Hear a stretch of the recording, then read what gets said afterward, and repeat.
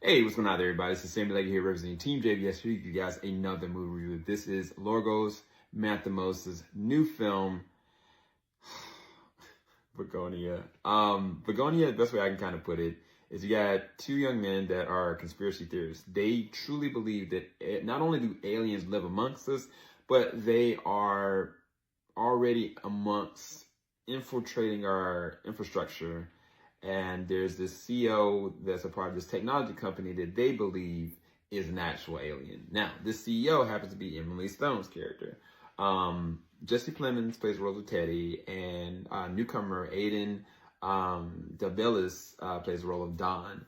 Don is the cousin, and Teddy is the person that has, in his head, conceptualized this idea. And him and his cousin come up with this scheme to go and not only infiltrate this company, but to go and steal or take or kidnap Emma Stone's character, Michelle. Now, just off of the premise alone, that sounds ridiculous. But if you know this director, if you've seen Lobster, if you've seen Killing of the Sacred Deer, if you've seen the more recent Poor Things, he can take some very drastic measures, and that sounds terrifying.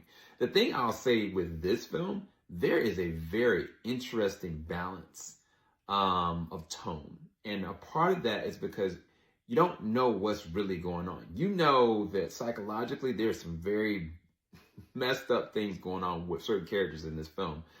While at the same exact token, you're kind of listening to a lot of the things that's going on with our world, and a lot of things from a technological standpoint, and you're blurring this interesting line of what you perceive to be real and what you perceive to not be real. And then there's also some very interesting, vivid imagery that Jesse Plemons' character is going through because of some of the things he's actually done, not just to himself, but other people. And Alicia Silverstone plays a role in this movie, plays the role of Jesse Plemons' mother. I just say that from the reason why the tone worked, without going into too much spoilers, is there are moments where it is high stress, deplorable things that are happening, like torturous things that are happening, very bloody, gory things that are happening.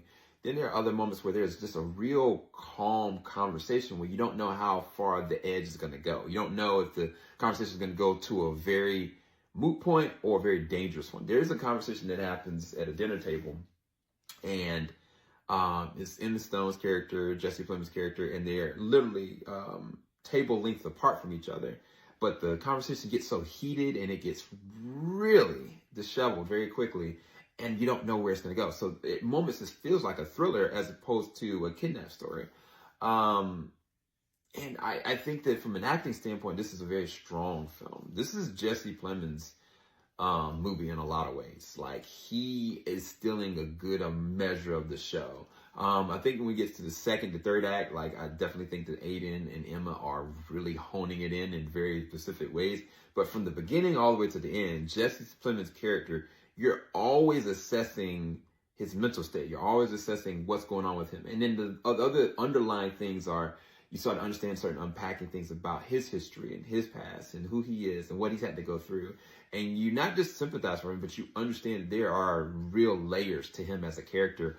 And you don't know how sinister he is, and you also don't know how victimized he's actually been. And I think that lends itself for his performance. He at times, I don't recognize him, and I think that is a very high feat. Now, Aiden, this is one of his first roles. He is autistic. He is on the spectrum. But his character has so much innocence about him. At times, we as the audience members are kind of looking through his eyes as what is really going on. He truly cares about his cousin. He truly cares about life. He truly cares about the situation as well, because he doesn't know what to really make of it. And I think a lot of times that's how I feel while watching this movie. As weird as it is, as terrible as it is, there are times I'm very optimistic and hopeful that there's a better outcome, or there's something more sensible that can be had with this. Now, Emma Stone's character, Michelle, is very much so the wild card. That's why I said from the second to the third act, there are so many different things that she is going through and things that are happening to her, with her. And it's a very interesting role. And I think that she knows how to phone back and allow the scene to progress naturally with just without showing too much of dialogue or hyper emotions. She knows what's the right sweet spot. And I think that's part of like the relationship she has with Yorgos as well.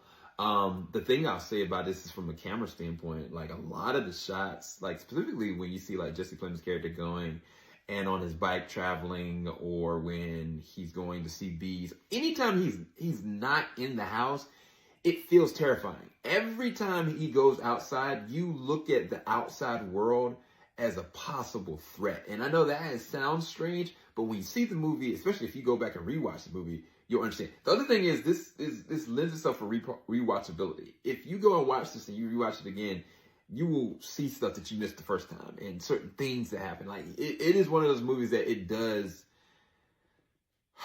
bold you, making sure you pay attention to everything that's going on, because it means something. Everything that's happening, it is for something. I think that it's hard to do without going into too much spoilers, but I think that the way they handle certain transitions and edits and moments to make you kind of assess what is really happening, what is real, what is not, is really well done. Like, I think from a directing standpoint, I truly did not know. And I think I haven't felt this way since Killing of a Sacred Deer, where it kind of blurred this line of what was real, what wasn't, and what was actually happening. And I felt that throughout this film.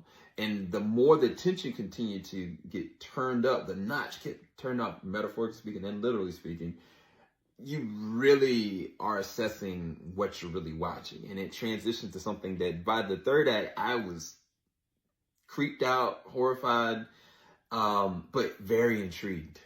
Very intrigued. This is one of my favorites from Yorgos. I think this is one of his better films, in my personal opinion. I would, if I give it a number rating, I would rate this at a 9.2, 9.3. This is really freaking good. It is deplorable. Is it vindictive? Is it violent? Is it something you should watch with kids? Absolutely not. And yes, of all those other things before that. But the way that they handle the storytelling, the way that they frame this, the way that it kind of feels like you're always on edge and you don't know who to trust. You don't know what's actually real. And you're also understanding that you're dealing with people that are dealing from a very abusive situation and a very dark one. It lends itself to allowing the storyline to feel fluid and to feel engaging and to feel exciting. And it seems at times very edgy, very weird, and too out there at times. But it works, and it works in this film. I highly recommend you go and check it out, but it's not for everybody. So I'll talk to you guys soon. Thank you guys so much for watching. Go and check out this crazy film, Bugonia, as soon as you can, and let me know what your thoughts are. I'll talk to you guys soon. Thank you guys so much for watching. Peace, people.